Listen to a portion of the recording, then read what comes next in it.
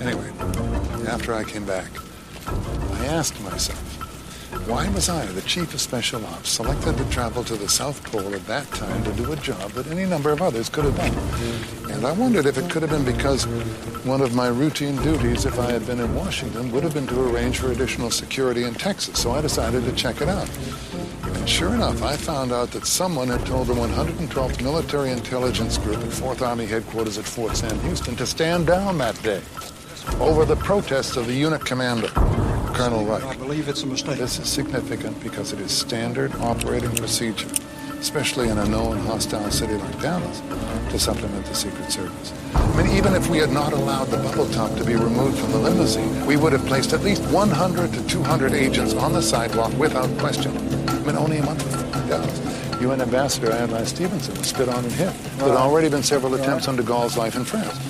We would have arrived days ahead of time, studied the route, checked all the buildings, never would have allowed all those wide-open empty windows overlooking Dealey. Never.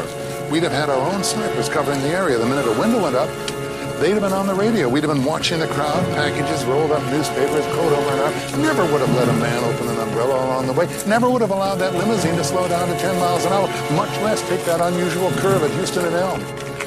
You would have felt an Army presence in the streets that day. None of this happened. It was a violation of the most basic protection codes we have, and it is the best indication of a massive plot in Dallas. Now, who could have best done this? Black Ops, Mr. Garrison. People in my business, people like my superior officer could have called Colonel Reich and said, look, we have another unit coming from so-and-so providing security. You'll stand down. I mean, that day, in fact, there were some individual Army intelligence people in Dallas. I'm still trying to figure out who and why. But they weren't protecting the client. And, of course, Oswald. Army Intel had a Harvey Lee Oswald on file. But all those files have been destroyed. Many strange things were happening, and your Lee Harvey Oswald had nothing to do with them. We had the entire cabinet on a trip to the Far East. We had 1/3 of a combat division returning from Germany in the air above the United States at the time of the shooting. At 12:34 p.m., the entire telephone system went on in Washington for a solid hour. And on the plane back to Washington, word was radioed from the White House Situations Room to Lyndon Johnson that one individual performed the assassination. Does that sound like a bunch of coincidences to you, Mr. Garrison? No. Not for one moment. The cabinet was out of the country to get their perceptions out of the way. Troops were in the air for possible riot control. The telephones didn't work to keep the wrong stories from spreading if anything went wrong with the plan. Nothing was left to chance. He could not be allowed to escape alive. Well, I never thought things were the same after that. Vietnam started for real. There was an air of, I don't know, make-believe in the Pentagon and CIA.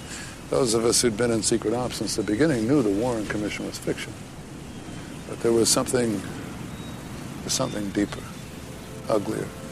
I knew Alan Dulles very well. I'd briefed him many a time in his house. But for the life of me, I still can't figure out why he was appointed to investigate Kennedy's death, the man who had fired him. Dulles, by the way, was General Wyeth's benefactor. I got out in '64.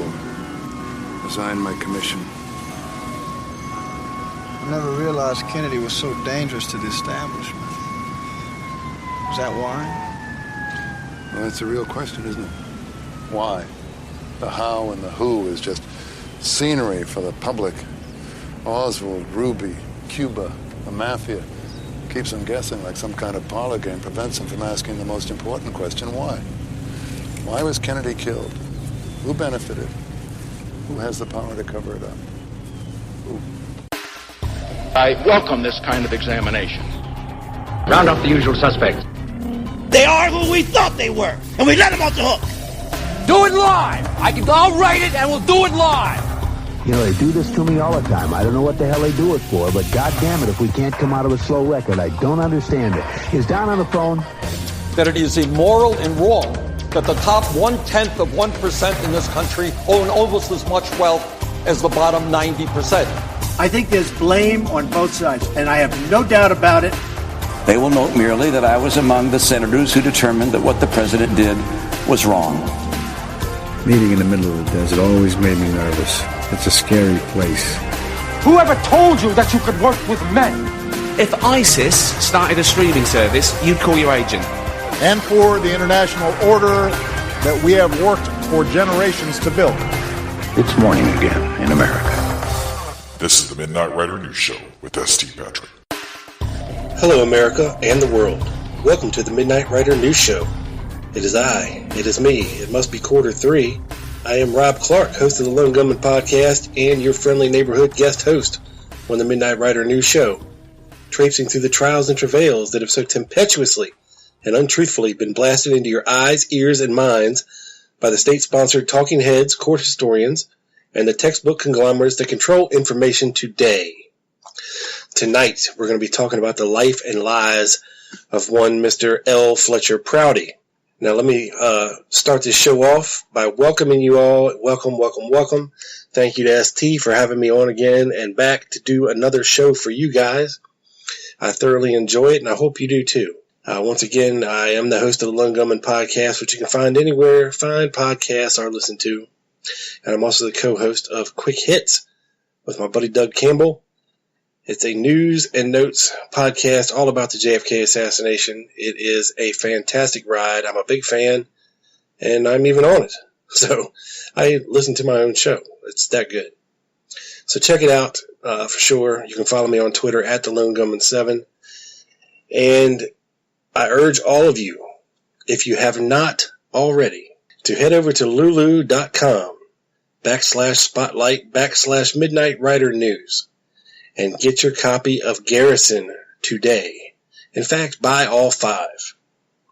ST works very hard to put those together for you, and if you're interested in the deep state and the JFK assassination and political history and covert actions, I would urge you all to go check him out. He does a fantastic job with a lot of contributions from fantastic authors and writers. So, let's get right into it, folks. L. Fletcher Prouty. First, let me say that I was inspired to do this show for you by my buddy Doug Campbell. In his most recent podcast, The Dallas Action, episode 174, he touches on many of the things that we're going to be talking here tonight.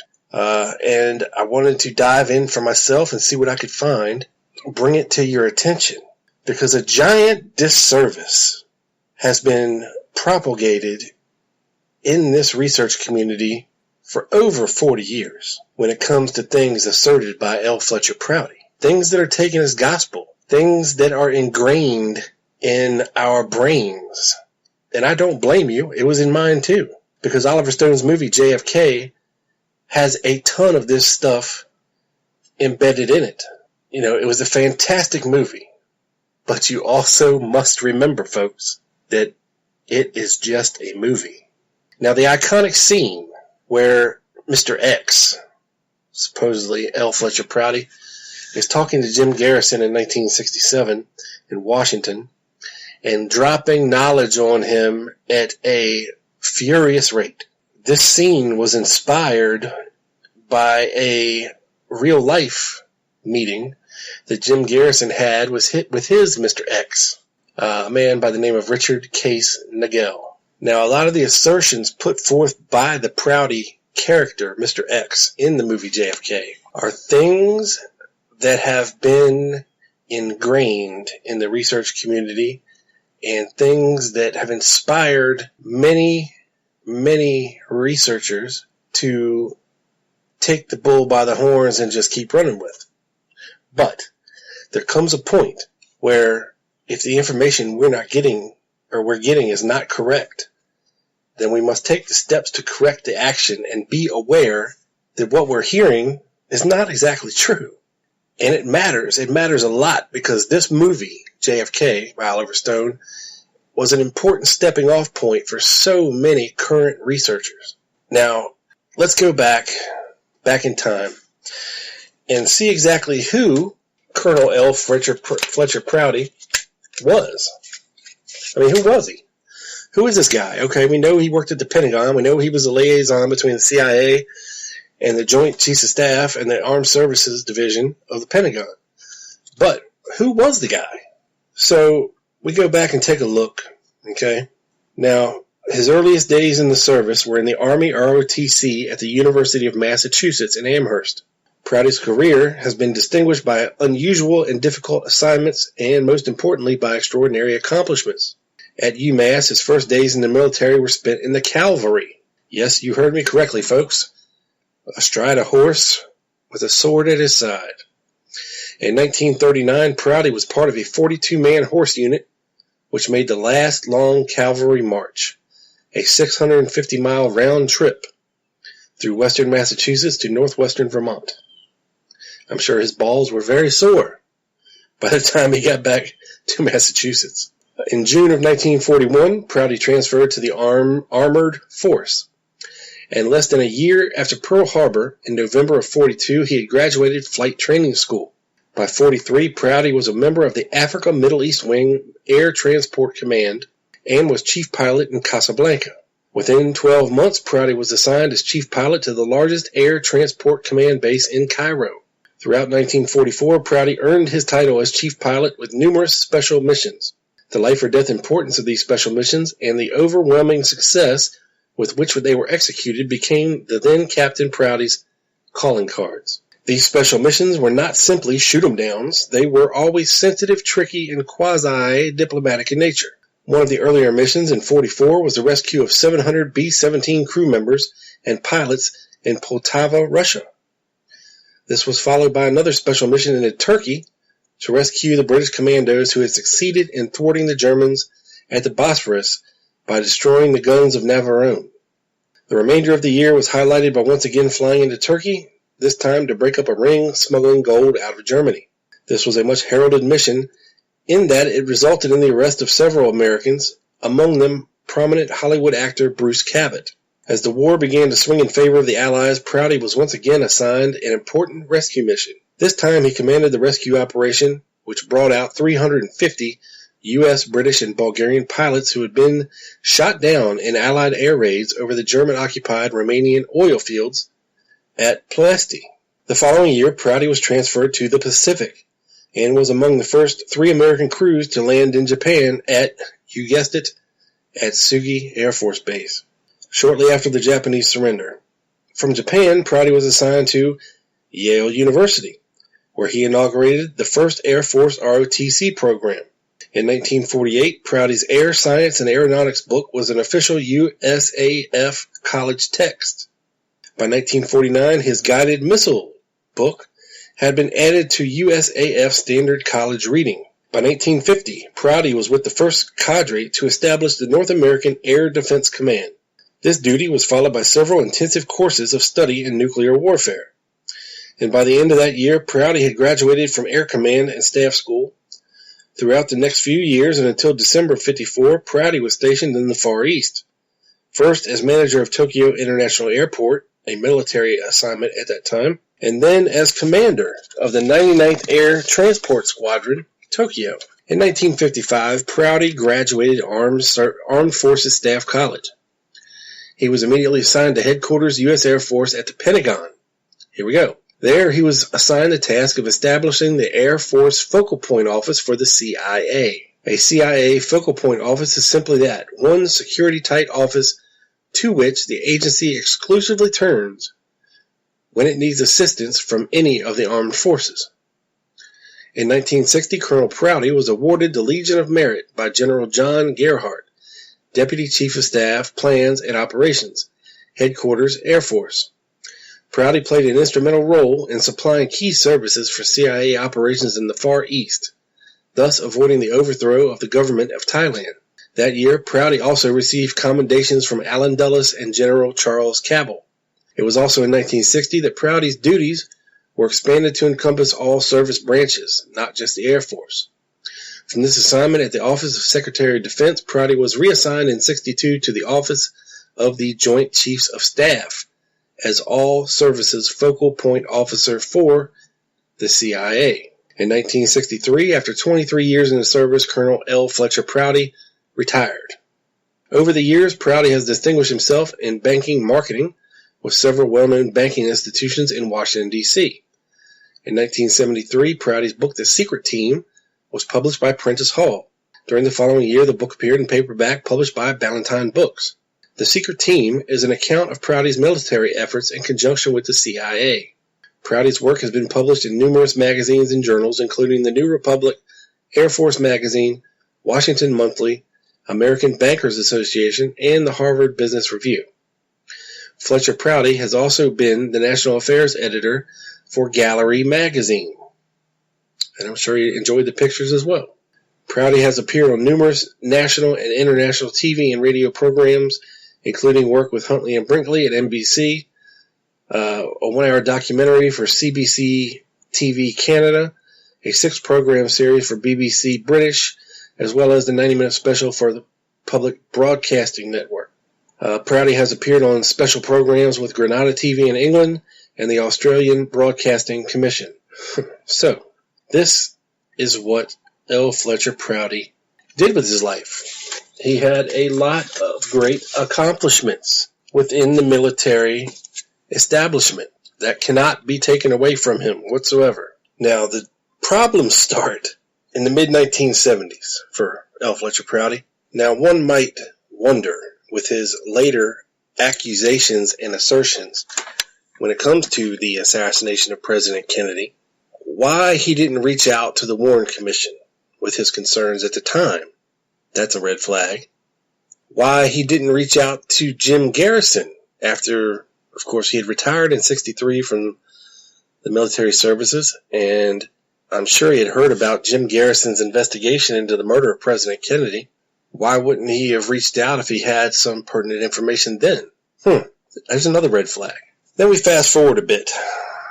So after Prouty put out his book about the secret team and all that, the CIA was questioned whether or not that they were going to do something about his book, as they did with Victor Marchetti's book about the CIA. They said, nah, we'll just let it go. Okay. During the Church Committee, the House Select Intelligence Committee, on July 12, 1975, prior to closed-door questioning by the staff of the HSIC, Prouty told reporters that Alexander Butterfield was a contact for the CIA at the White House. He said he had learned the information over 4 years earlier from E. Howard Hunt while doing work for the National League of Families. Prouty said that most federal government departments, including the IRS and Treasury Department, had similar CIA contacts, and that he assumed that former President Nixon was aware of Butterfield's role. Senator Frank Church said the Senate Select Committee to study governmental operations with respect to intelligence activities had found no evidence that the CIA had planted an undercover agent within the White House or any other government agency for that matter. A few days later, Prouty partially walked back his comments in a telephone interview. They may have told me the wrong name in order to cover up the real informer. In a telephone statement to UPI that same day, Butterfield called the allegations wholly false and defamatory, and stated that he had never met nor seen E. Howard Hunt, and had only just recently heard of L. Fletcher Prouty. In an interview with CBS from Eglin Air Force Base, where he was serving his prison term for his involvement in the Watergate scandal, E. Howard Hunt denied the allegations, calling it an unfortunate invention on Mr. Prouty's part. Also interviewed by CBS, Prouty again stated that it was Hunt who had told him about Butterfield. On July 19th, Church said that his committee found that there was no scintilla of evidence to support any of Prouty's allegations, and that his committee had ruled out the possibility that Butterfield served as a liaison officer for the CIA. Church also stated on close interrogation, Mr. Prouty is unable to substantiate his earlier statement and acknowledges this to be the case. So, you're busted. You, sir, are busted. Busted, busted, busted. Now, 1975 was a very busy year for L. Fletcher Prouty. This must be when he decided to branch out and really put his balls on the table, so to speak. Now, when it comes back to the Kennedy assassination, according to Prouty, people within the intelligence and military communities in the United States government conspired to assassinate Kennedy. He maintained that their actions were, in fact, a coup d'etat to stop the president from taking control of the CIA after the botched Bay of Pigs invasion. Prouty stated that the assassination was orchestrated by Ed Lansdale, portrayed as General Y in Oliver Stone's film JFK, and that Lansdale appeared in photographs of the three tramps. All right, let's stop right there. Now, this is a very important and misconstrued allegation based on, as my friend Doug calls it, the back of somebody's head in a picture. And he's right. If you go back and you look at the three tramps photo as they're being led down in front of the school book depository, they pass a guy in a dark-colored suit that you can only see the back of his head, his haircut. And L. Fletcher Prouty maintains this was Ed Lansdale because of the way that he walked, the ring that he had on his hand, and just his aura, I guess. I don't know. And later this was allegedly substantiated by General Victor Krulak.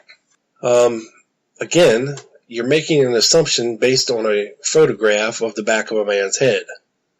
You're going to need more than that, folks, to prove that that figure is, in fact, General Ed Lansdale.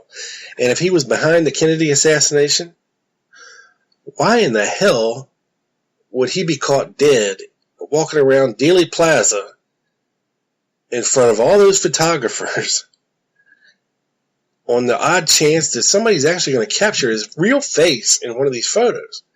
Now, I'm sure if somebody took the time to go back through all of the photos that were taken around the same time as the tramp photos, we could actually find this guy.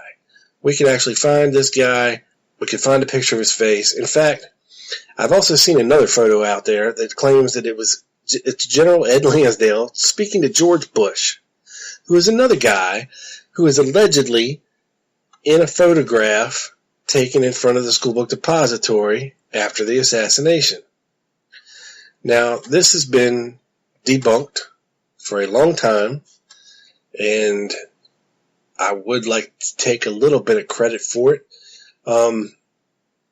I believe, that it was actually a Dallas County sheriff's detective, and I forget his name right now. It's H.H. something. I'm blanking on the name right now. But in a series of photos taken by the exact same photographer who took the alleged George Bush and Dealey Plaza photo, you can clearly see the man in the photo. He has the same suit on. He's looking directly at the camera, and he is in approximately the same position. And it's quite clear to me that this is the, quote, George Bush character captured in the photo. It's not really George Bush, George Bush was in Tyler, Texas, giving a speech at the Kiwanis Club, which we also happen to have a photograph of. Thank you, Steve Rowe. And although George Bush may not remember where he was on November 22nd, 1963, when Kennedy was assassinated, his wife sure does. And in her memoirs, she explains very clearly that day where they were in Tyler, Texas. Upon hearing of the president's assassination, he wrapped his stuff up at the Kiwanis Club meeting, and they flew back to Dallas.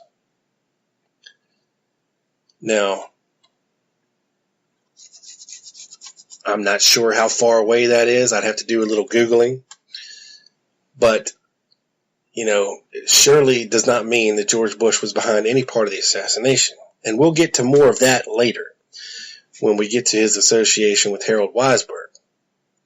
But we're not quite there yet, because we have another event in 1975 where Prouty appeared with Richard Sprague at a news conference in New York to present what they believe was photographic evidence of a conspiracy. According to Prouty, the movement of Kennedy after a bullet struck his head was consistent with a shot from the grassy knoll. He also suggested that the actions of a man with an umbrella, the quote-unquote umbrella man, were suspicious. Well, yes, they were. And if he'd seen the Zapruder film, which I'm sure he had by 1975, I believe it was shown on television in 74 or 75 by Robert Groden and Dick Gregory on Geraldo's program, then yeah, they would have seen that shocking action of the president back into the left, getting shot, which prompted a whole nother investigation into the murder of President Kennedy in 1976 and 77 until their final thesis came out in 1979. That is the House Select Committee on Assassinations investigation. And thank God for that, because it has spawned an invaluable amount of very important documents and witness statements and reinvestigation into the murder, for sure. So, also part of his deal, in New York there, I've got an article from someone who was there during Prouty's presentation. It says, a former agent for the super secret CIA claims he can prove that Lee Harvey Oswald was set up to take the blame for the assassination of President Kennedy. Well, this article starts off on a bad foot because Prouty was not a super secret Central Intelligence agent. I'm sorry, he just wasn't. He did not work for the CIA. He worked for our military. He was their liaison. If they needed ships for something, he got them ships. If they needed to be flew somewhere, he got them on a plane. If they needed to be escorted somewhere, he got them an escort. It's not that hard, folks, to understand. He says there are so many holes in the Warren Commission report that no thinking person could accept Oswald as JFK's killer. Prouty contends that Oswald never shot anyone. As proof, Prouty submits a computer-read diagram of the Kennedy motorcade. He contends that this diagram proves beyond a doubt that Oswald could not have fired the shots that killed the president. By matching his totally accurate diagram with timed photographs of the assassination, Prouty said he can show that a huge tree in full leaf totally blocked any view of the motorcade from the upper floors of the building from which Oswald is said to have fired the shots that killed Kennedy. There is no way anyone could have seen Kennedy through those branches and leaves, much less shoot him from that area in which the Warren Commission placed Oswald, Prouty said. So, yeah. He also goes on to say, as a CIA operative, Prouty says he had at one time working relationships with Watergate conspirators G. Gordon Liddy, E. Howard Hunt, and James McCord. Despite we just heard Howard Hunt say, I don't even know who this guy is. He claims also to have worked with Ed Lansdale, Gary Powers, the pilot who was shot down in the U-2 over Russia, and other prominent CIA figures. Prouty claims as well that the assassination of Robert Kennedy may not be the classic closed case some want us to believe. So yeah. According to Prouty, agents of the secret team are planted in the upper echelons of CIA, FBI, National Security Council, Pentagon, White House, and in the great national and international corporations of the world. I mean, could you find a bigger, terrible, evil cabal, L. Fletcher Prouty, to hang all this on? Now, when it comes to his assertions about the Kennedy assassination, and he lays a lot of it at the feet of Secret Service protection. And the fact that the 112th Military Unit was not asked to have a presence in Dallas on that day during the motorcade.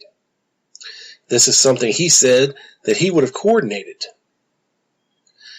And that he was shipped to Antarctica ahead of time to facilitate the lack and breakdown of communication for this extra presidential protection.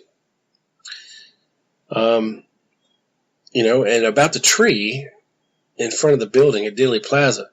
I mean, this is something we've heard before. I don't really know. It's one of those things that's hard to tell. All I can go by is the photos that were taken from the 6th floor that go down to Elm Street. There is no tree in the way. Sorry, there just isn't. Now, I don't know if a bunch of FBI guys and Secret Service guys were up there with pruners cutting this tree back, immediately after the assassination. I don't know. But to me, that's not really something that you can hang your hat on as proof of anything. So, We fast forward a bit. Now, Harold Weisberg loved to write letters to people. And in 1975, he heard about the kerfluffle that L. Fletcher Prouty was trying to pull over in Washington, to which prompted him to write 2 letters. One of them to a Daniel Shore, who was a CBS News radio correspondent, who had L. Fletcher Prouty on his radio show for an interview. He says, "Dear Mr. Shore, I stopped my early morning work a little late and thus missed the intro to your Prouty interview. However, I did catch the rest of it. At one point, I got the feeling you had suddenly become a bit uneasy. There is no point at which I was not uneasy, and obviously I have no way of knowing what the facts are or may be. However, I was uneasy enough to stop and make a few notes in case I want them in the future. I did not take in the rest of that broadcast, and now, more than 13 hours later, I've not been able to catch any other one. You know what they say about old fire horses and bells. Throughout your segment, I heard those bells, going back to my days as a professional intelligence analyst. They were amplified by more than a decade of experience in the fields in which I now work, and those in or supposedly in it." He is referring to, of course, his assassination studies. "If in the end your story stacks, I'll be pleased. If it doesn't, well, I'll not be surprised." So, there you go. Now, he also takes the time to write Daniel Shore's boss, Mr. Roger Feynman, CBS News, New York. "Dear Roger, in different ways, the intent of my Friday letter to Shore and my today's call to you had the same purpose, to put CBS on different levels in a position to protect itself if it wants not to be used by those with ulterior purposes that I think I see. Friday and today were long and not easy days for me. My Friday's work was on what took me to New York 3 weeks ago, but for a different principle. Friday had to do it all by remote control when I knew the principal was sorely tempted. I could not do by phone what I could do in person. Today I returned to writing, and before I called you had written at least 10,000 words, beginning quite early." So let's get down to the meat of the business here. "There are very obvious flaws in Prouty's story. I sensed some of them and reasoned others, but I did not have time to think it through because of the other matters to which I had to attend. Whether or not it is notionable or actionable, the clear inference of the Prouty concoction is that a CIA man, Butterfield, pulled the plug on Nixon. Those who cast Butterfield in a role I do not would go for this from earlier belief and the correlation with the House leak. And please notice that from the news available to me, I have heard nobody conjecture who besides Butterfield might have filled such a role. If there was such a person, and if he was not Butterfield, he is both forgotten and protected. When the media must make somebodies out of nobodies, this kind of development is at some point a sure thing. If we are all prone to mistakes with the best of intentions, believing non-experts are experts, then we are asking for trouble." He's referring to Prouty here. "Remember what I told you. As soon as I heard the story 60 Minutes was going for, all one knowing the material had to know was the subject. I wonder how much money CBS wasted on that Shore loser. Conversely, how much good copy and film it could have had with much less. The wretch hired as a consultant reflects the knowledge of the field of those who pissed away all your stockholders' money. As a consequence of this flap, you may hear non-secrets that could interest me. I have watched Department of Disinformation operations with interest and a little care. If you come across anything, you can let me know. I'd like to know. Best, Hal." So, Harold Weisberg, not impressed by L. Fletcher Prouty whatsoever. Inspired enough to write the CBS News director and let him know that he's being had by the Department of Disinformation. Pissing away stockholders' money and calling Fletcher Prouty a wretch. I mean, it's right there in black and white, folks. What more can you say? Now, as we move more into the 80s, Prouty was hired by the Church of Scientology. Yes, you heard me right. The Church of Scientology. As a consultant to investigate founder L. Ron Hubbard's military records. Hubbard, the founder of Scientology, had said that he had sustained combat injuries during his military service in World War II, and that he had healed himself through measures that would eventually become Dianetics. However, Hubbard's military record does not show that he was wounded in combat, and church officials have stated that those records were incomplete and may have been falsified.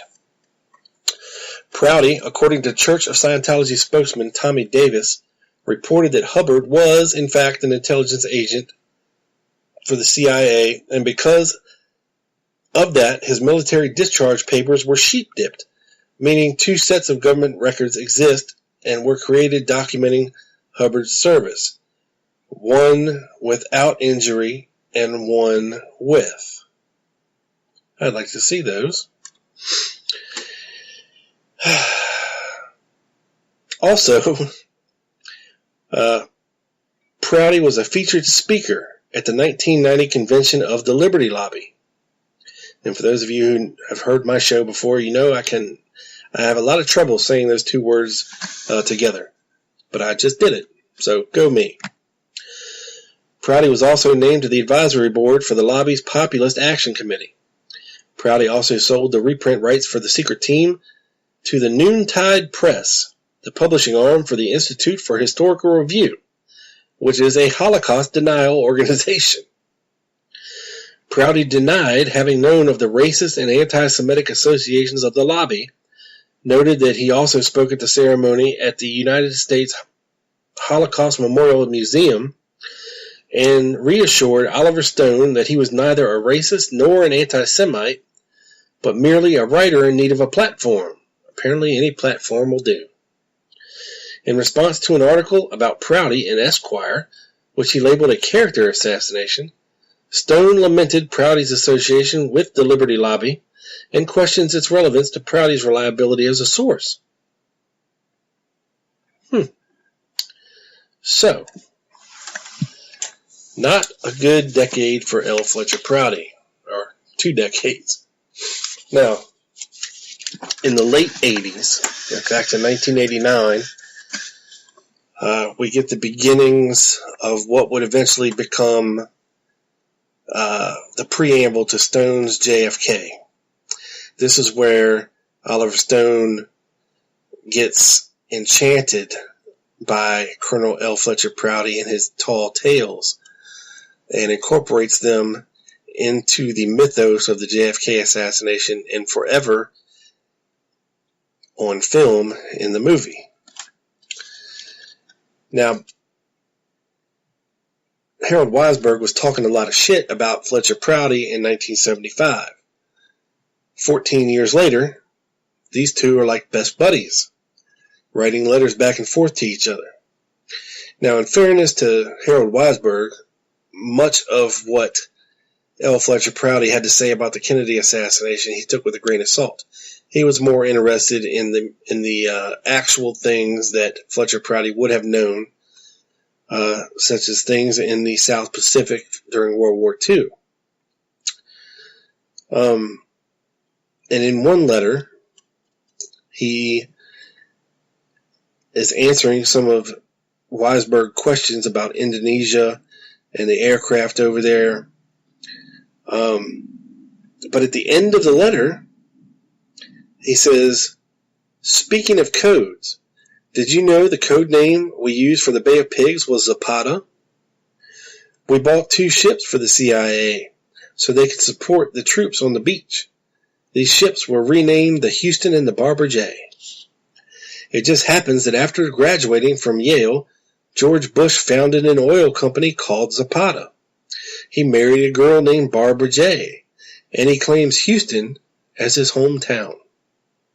Coincidence? 6 question marks. As always, Fletch. Now, this is how myths are made, folks. If what he's saying is true, and I don't doubt it, George Bush did have an oil company called Zapata. There is a geographical part of Cuba known as Zapata. That's why it was called that. They had several plans for landing and, going ashore in Cuba for the Bay of Pigs operation. They had several. Operation Zapata, Operation Bay of Pigs, so on and so forth, just depending on where they were going to land. It says he married a girl named Barbara J. Well, his wife didn't have a middle name. So to say that she's Barbara J., and I believe her last name was Pierce, so Barbara Pierce with no middle name, I don't know where he gets Barbara J. from. And he claims Houston as his residence. Okay, well, the thing with Zapata, folks, there's a reason a region of Cuba is named after it. There's a reason why George Bush named his oil company Zapata. Zapata was a Mexican revolutionary at the beginning of the 1900s in Mexico, who was much revered for his braveness and his tenacity to mount an uprising against the oppression there. And, to name something after Houston, after Sam Houston, same thing. They named a city after this guy. Why wouldn't somebody name a boat after him if they thought he was a great American?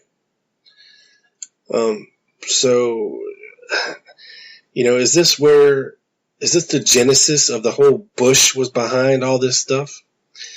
Because this is about the same time that the whole Bush and Dealey Plaza thing started, and so on and so forth. But do we have L. Fletcher Prouty to thank for that as well? Now, Harold writes him back, and he says, I have a vague recollection only of Zapata being used in connection with the Bay of Pigs, but don't recall the connection or how I know. Remarkable string of coincidences and all that you tick off. Not easy to attribute 100% to only coincidence. So Harold doesn't fully buy into all of that, and nicely tells him, and then gets quickly back on. By the way, do you recall whether the carrier Wasp was involved in the Indonesian operation? Best wishes, Harold. So they very much were friendly. And I mean, if you go to Weisberg's archives and look through his Prouty disc, there's a ton of letters back and forth. Very cordial, very friendly. It's like the mutual backslapping association, it seems. But I tell you who was not very impressed with the claims of L. Fletcher Prouty. And that was the ARRB, folks. Okay? Hold on to your hats, because this is where it all comes a-crumbling down. Now, in the interview summary from September 24th, 96, members of the ARRB staff interviewed L. Fletcher Prouty, an author and retired Air Force colonel in the ARRB offices. Tim Ray was the lead questioner. Also present were Jeremy Gunn, Christopher Barger, and Joan Zimmerman. The interview lasted approximately 2 hours and was recorded on audio cassettes. In his various writings, Mr. Prouty has advanced several claims or theories about the assassination of President Kennedy. In many cases, he has asserted that his conclusions are based on special, first-hand knowledge that he gained through his own experiences as an Air Force officer assigned to duties in the Pentagon as military liaison for the CIA clandestine operations from 56 to 64. According to Oliver Stone, Mr. Prouty and his claims are the basis for the anonymous Mr. X character played by Donald Sutherland in Stone's film JFK. And they list a bunch of purposes of the ARRB interview. But let's get right to the nuts, folks. Regarding his trip to Antarctica in November of 63. Allegation number 1. The trip to Antarctica may have had sinister connotations. That is, referring to them, in quotes, wanting to get him as far away from Washington as possible. Because he would have known, or would have been involved in getting the 112th Military Group involved in presidential protection for the trip. Prouty went to Antarctica in November of 63 as the military escort for a group of VIPs. This assignment was somehow out of the ordinary or unusual in some way. This is the allegation. In JFK, the CIA, Vietnam, and the plot to assassinate John F. Kennedy, written by L. Fletcher Prouty, he states, this trip had nothing to do with my previous 9 years of work, except that I had supported CIA activity in Antarctica over the years. I have always wondered deep in my own heart whether that strange invitation that removed me so far from Washington and from the center of all things clandestine that I knew so well might have been connected to the events that followed. Were there things that I knew or would have discovered that made it wise to have me far from Washington? So in his statements to the ARRB, after questioning, Prouty confirmed this trip. He escorted a group of scientists, businessmen, and Congressman Pete Abel from Ohio to McMurdo Station to observe a new power generator. This was not unusual because Prouty had worked at least as far back as 59 with the organization that works underneath the White House on Antarctic projects. It was a duty I had to work Antarctica. Of course, not regularly, but when something came up. Asked by Ray if he felt it was sinister that he had been sent to Antarctica, Prouty backtracks and says, "Oh no, I've been working with them since 59. It was so routine for them to call me, I didn't give it a second thought. It's the military custom to put an escort officer on board." Okay? So Prouty is starting to walk backwards. In fact, he's, what do they call it? Moonwalking backwards at this point, like Michael Jackson. He says, and even afterwards, when I heard people extrapolating in that sense, thinking that it wasn't my job, they didn't know I'd already been working with the Antarctica people since 59. Now, the conclusion by the ARRB from this conversation with L. Fletcher Prouty states the trip to Antarctica ascribed sinister intent in the film JFK was actually a routine duty for Colonel Prouty and was not particularly unusual. Since there was nothing unusual about the trip, nor is there any apparent connection to the assassination beyond Prouty's having been on the trip at the time of the shooting, no further research is recommended by ARRB staff. No records relating to the assassination could be reasonably expected to be obtained. Prouty made no statements for the record to back up the suspicions he mentioned in the excerpt from his book cited above. Period. Now, regarding Christchurch, New Zealand and the Christchurch Star. Allegation number 2. In the film JFK, in the segment dealing with Mr. X allegations, it is alleged that the Christchurch Star, when running its first story about the assassination, included biographical information on Lee Oswald and named him as the accused before he had actually been arraigned for the crime in Dallas. The allegation is also made that the first reports from Dealey Plaza, which were not entirely accurate, were sent out as part of a cover story of some sort. So Prouty says, Prouty tells us how I heard of the assassination story. This is anecdotal in nature, and while interesting, in a human nature sort of way, is not particularly controversial or document related. Prouty is asked by Barger the approximate time he purchased the paper. Prouty responds that they learned of the shooting at approximately 6:30 a.m. He then said, I'm quite sure we didn't have the paper before noon. In my opinion, it was just before we had lunch.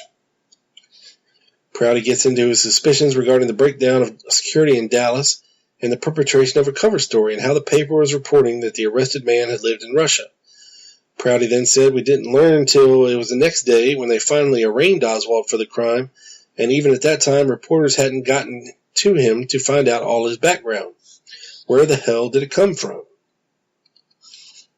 So, what he's basically saying here is somehow this paper in Christchurch, New Zealand had all these facts about Oswald's background before he had been arraigned.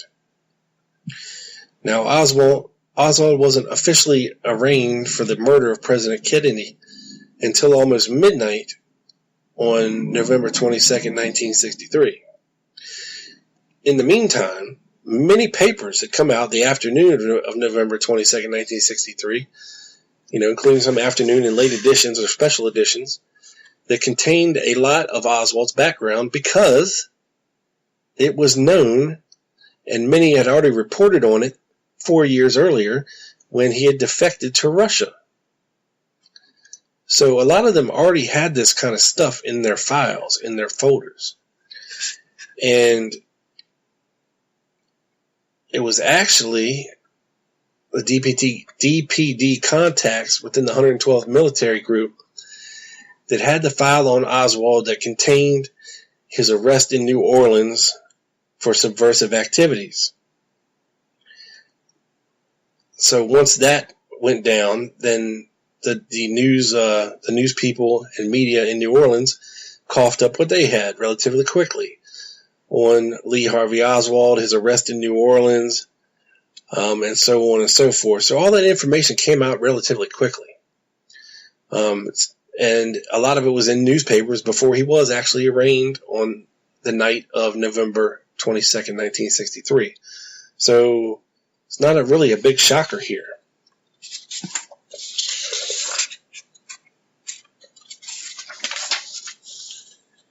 Regarding the 112th Military Intelligence Group or the 316th INTC Detachment, allegation number 3 from Prouty's JFK book, page 294.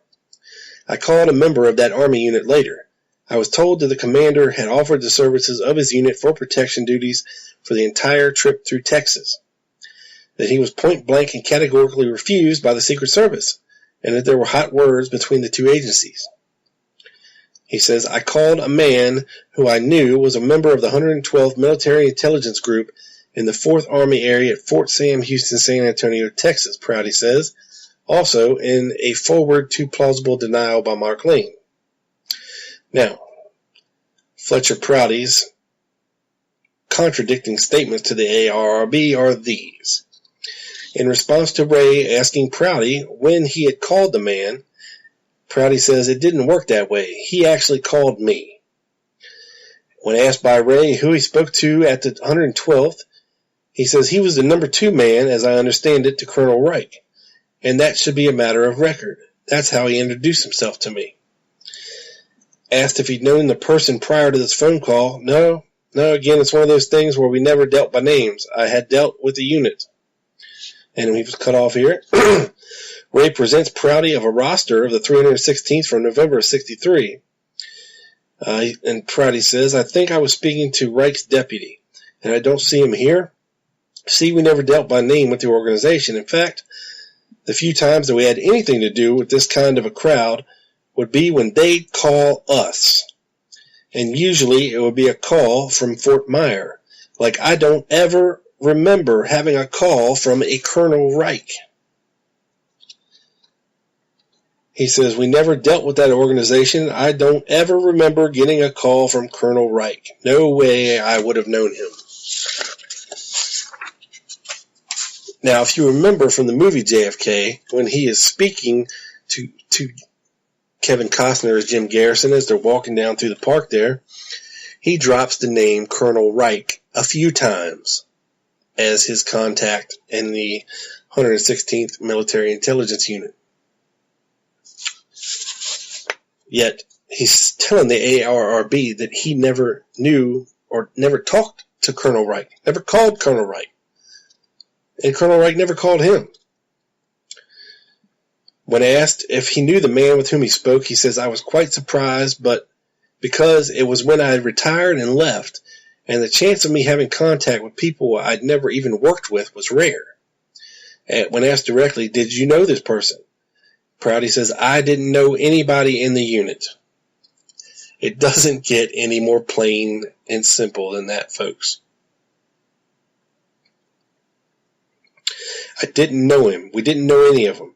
I had never heard the name Reich before, but we weren't the ones who set up the schedules. The schedules were set up through the Secret Service, as I understand it. When asked why the unidentified deputy had called him, Prouty said, my impression was that he was looking for someone that might have some idea of why the schedules hadn't gone out that day. Because they hadn't gone out to any of the units. See, no unit showed up in Dallas, and I told him that I wasn't in the business. I wasn't in the country, and I didn't know. The man who called me was an individual. I didn't even know if he was on duty, and I've never seen him.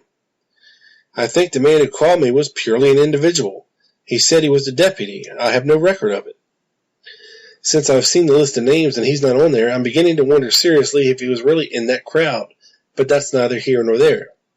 You know, that guy didn't sound like he knew the business. I wonder if he was even genuine. So, and this was taken from part of the informal conversation with Ray at the conclusion of the interview. So now he's saying he thinks that whoever this Reich's second deputy wasn't even a real person attached to the 112th Military Intelligence Unit. So the conclusion reached by the ARRB is this. Prouty admits that he was not responsible for protection schedules, and that these schedules were handled exclusively by the Secret Service. 2 minutes later, he speaks as if he knows on authority that no schedules had gone out on November 22nd, that no units had shown up, which he is admittedly in no position to know, and that he had tried to disavow any knowledge at the time of alleged phone call. Prouty did not indicate that he either possessed or knew of protection schedules or similar records from November 22nd. Regarding the telephone conversation with the man allegedly from the 316th, it should be noted that in 2 of his past writings, Prouty states that he made the call. To the ARRB, he indicated several times that the other man initiated the call. At one point, Prouty all but admits that the call was probably not even authentic, or at least was not made by an authentic member of the 316th. As for the contention that it is neither here nor there, since the content of the call and its implications are central to Prouty's entire argument and allegations, the issue of the caller's veracity most certainly is here or there. It is basic to the credibility of the allegation. After over an hour of questioning, Prouty conceded that he neither knew the man who called him, nor has he any proof that the man was really in the 316th. Since Prouty declined to name any of the persons we have identified as members of the 316th as his caller, it is not recommended that we follow up this allegation by telephonically contacting any members of the 316th about it. So, now, when it comes to presidential protection, a lot of Prouty's accusations in the movie that he makes have to deal with the way the Secret Service handled the protection. And he said, they should have welded all the manhole covers down, nailed the windows shut, had men on every rooftop, shut all the buildings down on the street, blah, blah, blah, blah, blah. Unfortunately, this wasn't the way it worked in 1963. Okay? President Kennedy wanted to be seen in the motorcade in Dallas by the people of Dallas. They let them line the streets. Okay? They were hanging out windows the entire length of the motorcade, from Love Field to Dealey Plaza. Alright? Now, of course, hindsight's 20/20, sure. And they do things a lot differently after Kennedy is assassinated.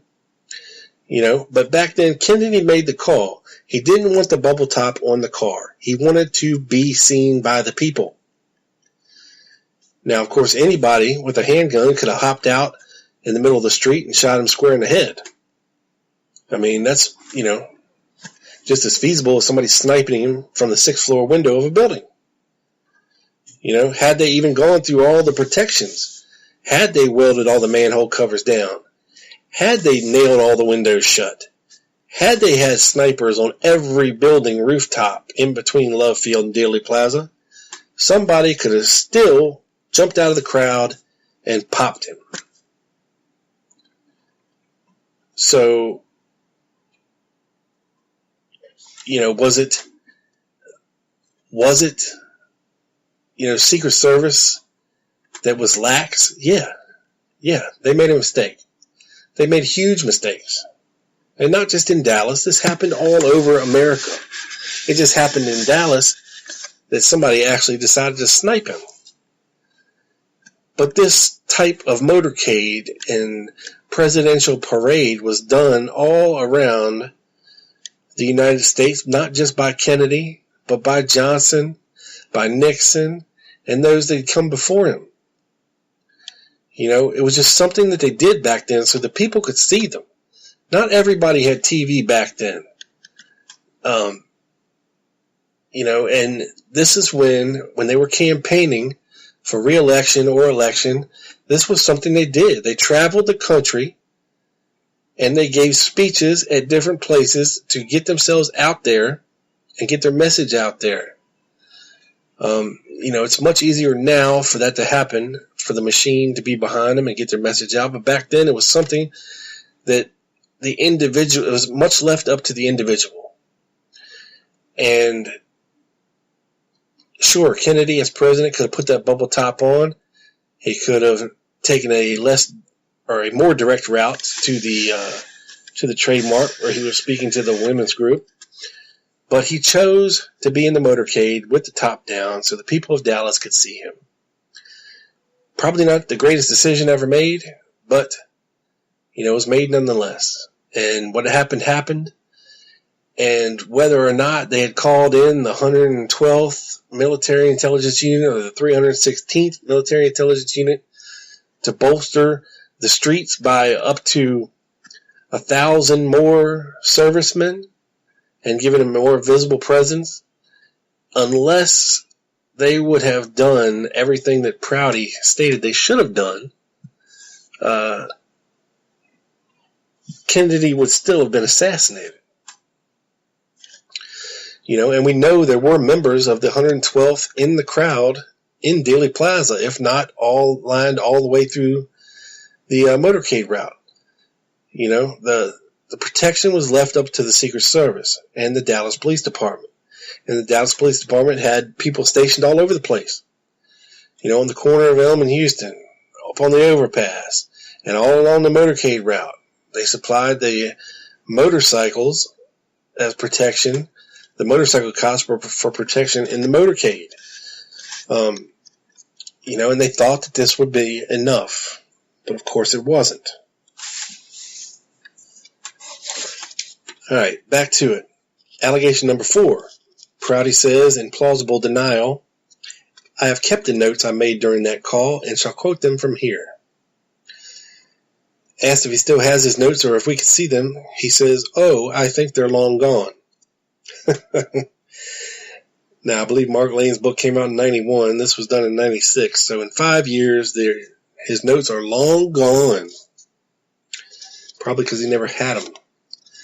Conclusion by the ARRB, it was hoped that the notes from this conversation mentioned in the foreword of a 1991 book might be our best opportunity to add records to the collection. It is unfortunate that the notes appear to have disappeared, in quotes, since that time, and we are unable to add them to the collection. Allegation number 5.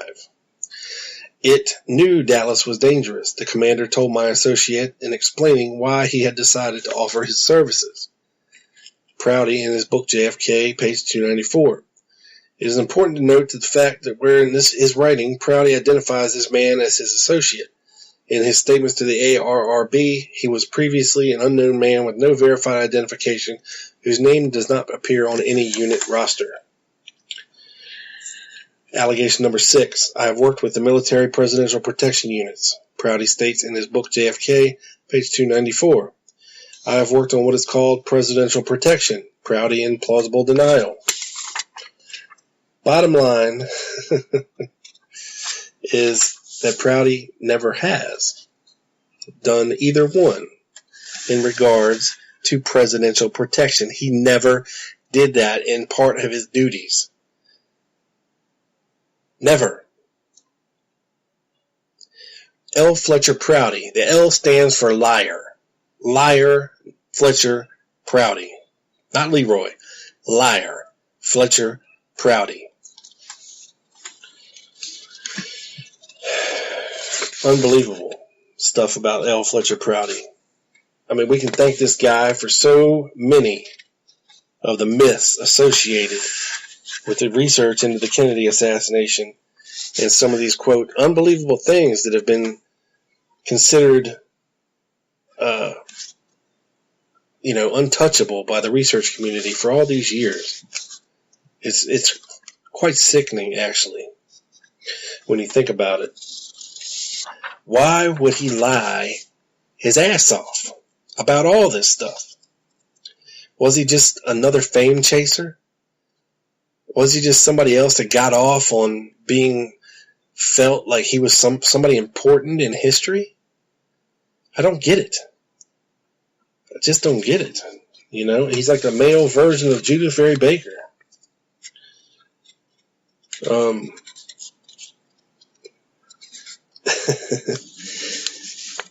So the ARRB talked to Lieutenant Colonel Rudolph M. Reich from the 316th INTC group, and he emphatically denies both the particulars and the general substance of Prouty's claims.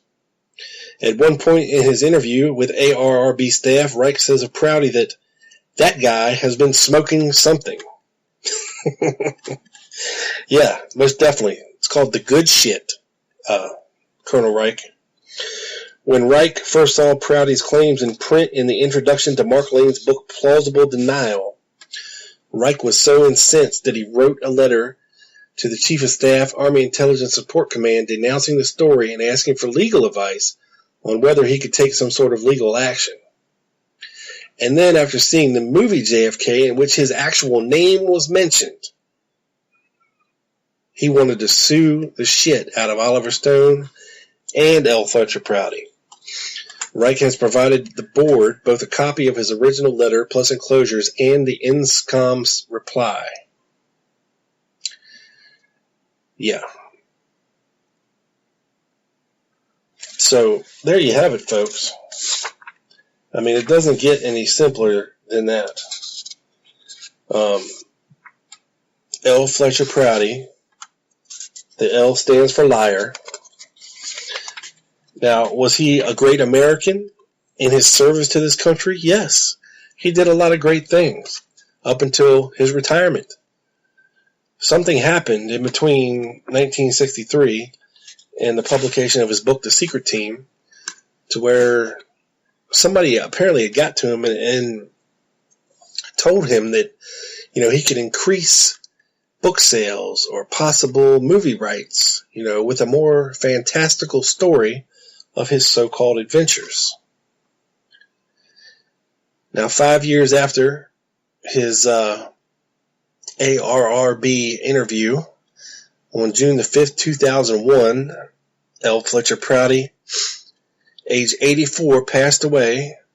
He died of multiple organ failure at Inova Alexandria Hospital. That's right before 9/11, folks. Conspiracy?